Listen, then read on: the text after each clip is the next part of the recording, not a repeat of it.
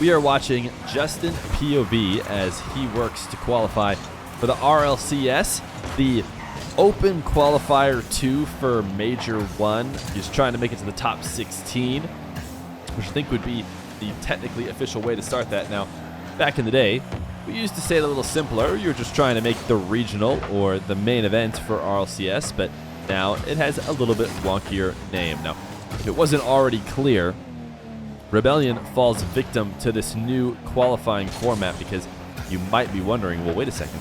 Why does Rebellion even need to qualify in the first place? Isn't this a team that finished top 4 in the last event? And you'd be correct. And the way the old system used to work is that Rebellion would not have to qualify. The top 8 teams in points would get to immediately make it to the main event, or what we would say the top 16 weekend, I guess, in this case. And everyone else would work to qualify. The 9 through 16 players would get a huge bye. They'd get to play in the close qualifying Swiss, and then it would just be everybody else, 17 from then on out, who would have to play through the double elimination qualifier in order to get 8 teams in order to play against those other 8 teams that would play in the Swiss. Anyways, it was a little bit more protected. If you were a top team, you could feel good about continuing to play in the RLCS.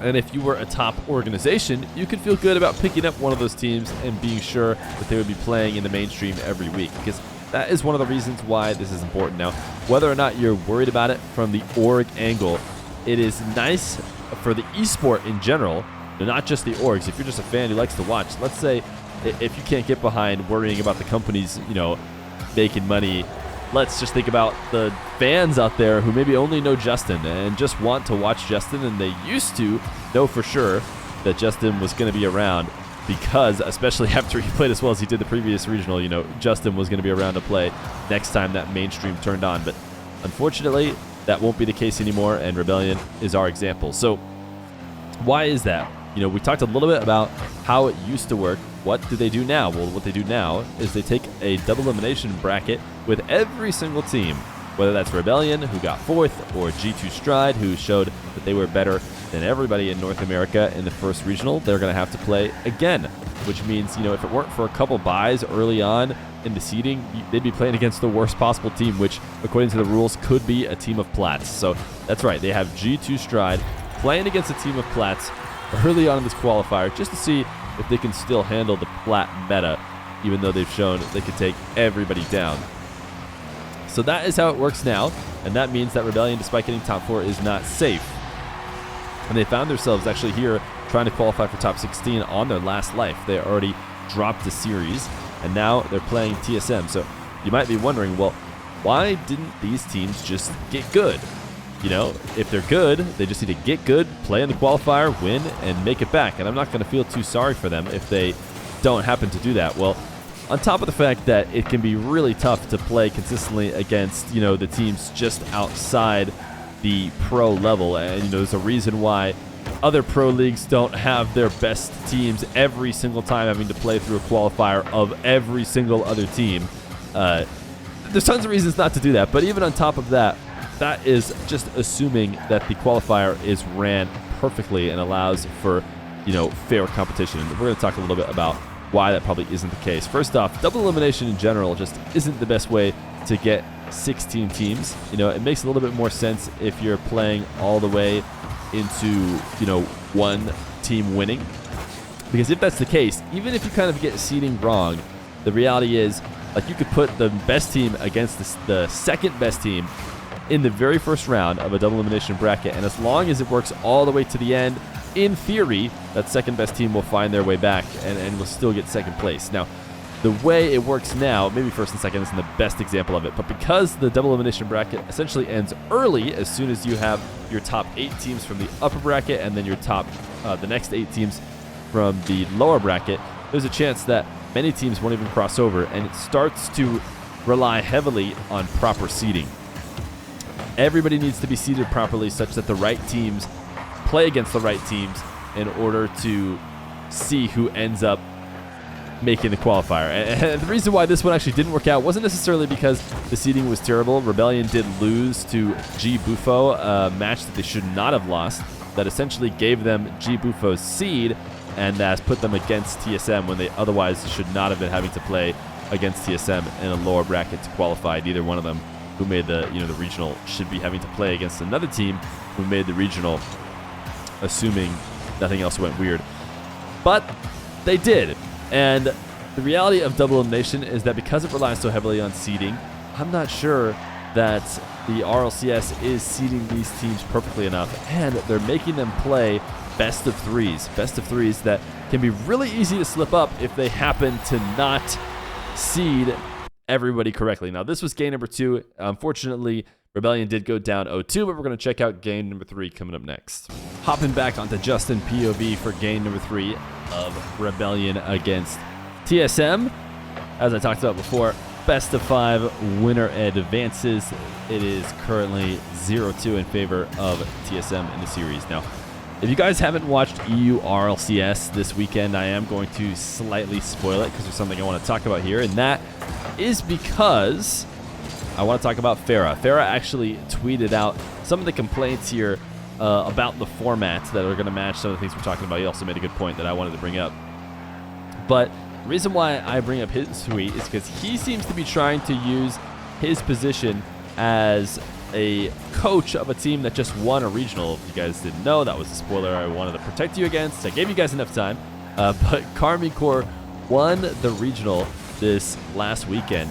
And Feer, therefore, you would think, would be one of the coaches or players with the least amount of complaints, right? The format must favor his team if they were able to win, and yet he still pointed out many of the same things that I've talked about so far. But another one that I think he really pointed out, alongside the fact that the seeding is really tough and that the seeding needs to be perfect in double elimination, is that one other way to protect against it is to have series be long. Now, if some team who is trying to pop off and take down a team like Rebellion or some of the other teams that have struggled in this new format, if they want to win, they want it to be best of 1. The least amount of games possible favors the worst team because they might be able to steal just 1 win, whereas if you were to play best of 7, say, for every round, the chances of a underdog team being able to take out a top dog, I mean, it almost completely goes away. It's really hard to win in those kind of circumstances. But instead, the qualifiers for the first couple days are being played in best of 3. So the reason why they're played best of 3 is because it can be really long to play best of 5s, or, of course, like I suggested, best of 7s would be incredibly long. And it would lead to these qualifier days that go on forever. I mean, back in the day, I remember people talking about qualifying for the RLCS in the olden days, and they would be playing really long times. I don't know if those were like maybe administrated a little bit worse, or they just kind of played them all in one day, but I do remember people talking about playing them for hours and hours and hours. But now, these qualifiers are broken up over the course of 3 days. So for these top teams, it's almost silly. I mean, I want to say they come and play 2 best of 3s in the first 2 days. It feels like maybe 3 best of 3s. So they are in and out incredibly fast. Enough so that I would maybe even guess that they would prefer to play on less days, especially if they kept playing best of 3s. But one of Feer's points on his tweet was that if they were to keep it, spread out like they do now, they could afford to be playing best of 5s to guarantee they'll never lose. And don't get me wrong, that is going to lead to some very silly, G2 Stride versus Platinums for 3 straight games. Like, why are we doing this? I mean, Furia in one of the qualifiers scored 43 goals on the first team they played against, or, one of the early teams, which really does not need any more games in a singular game to show that they're going to win that series. But, if it protects against not being able to see Justin and Rebellion in a regional, then it might just be worth it. So those are the reasons why these qualifiers aren't great. Rebellion, at the end of the day, did lose to G Bufo, a fairly decent team. I don't know if their seeding was wrong or not. Certainly a team that Rebellion would tell you that 9 times out of 10, if not even more, they should be winning against. But that is what dropped them in seeding, made them play against TSM, and basically took over that worst seeding. They shouldn't be having to play a TSM to qualify. But either way, they're not the only team that had this happen to. In fact, we're looking at Justin. If you guys remember previous seasons, Justin played on NRG. I have a feeling you probably knew that since most people did. And that was alongside Garrett G and Squishy. So Justin not making this top 16, that's the first time that he hasn't made it since he basically could make it. Since it was possible for him to make it at all, he played through the RLRS, and he think he qualified with this RLRS team to the RLCS, but then got pulled off that team anyways and went to NRG, and then has been in every main event since then. This is his first time missing it. Squishy, this is his first time missing it since the very first season that RLCS happened. I'm trying to think, RLCS 2, his team was like Team Iris. Remember, everyone thought they were the best team, and the funny part is they actually didn't qualify. You were talking about qualifying woes. They didn't qualify, and it was like a situation where the whole season they're basically not in. So maybe that was even worse. As we talk about qualifying issues, they didn't play it through a double eliminate, didn't make it, and then because it was league play, they were just out of the season for the whole season. I'm pretty sure that was the first or second. I don't know. It's been a really long time since that happened. Anyways, Squishy ran into the same kind of trouble. Squishy and his squad, the Muffin Men, who did make it the previous regional, did not make it this time. NRG did. NRG, played it down to the wire, but ultimately did qualify. I actually think it was against the Muffin Men, so it was guaranteed that one of Garrett or Squishy was not going to make it. Turns out it's not Squishy, and the really big surprise is that it was also not Justin, as it might be fairly clear with 30 seconds left to go. So we lost out on some of the greats, and one of the biggest issues with that is, NRG was very close to not qualifying, and that's just bad, I think, for the fans, for the players. That's an insane redirect. Wow. To keep this Rebellion squad anywhere close to qualifying. But there it is. This hurts Rebellion's major chances big time as well. They got 9 points for their performance in the top 4 last time around. They got a singular point for getting close to qualifying for top 16.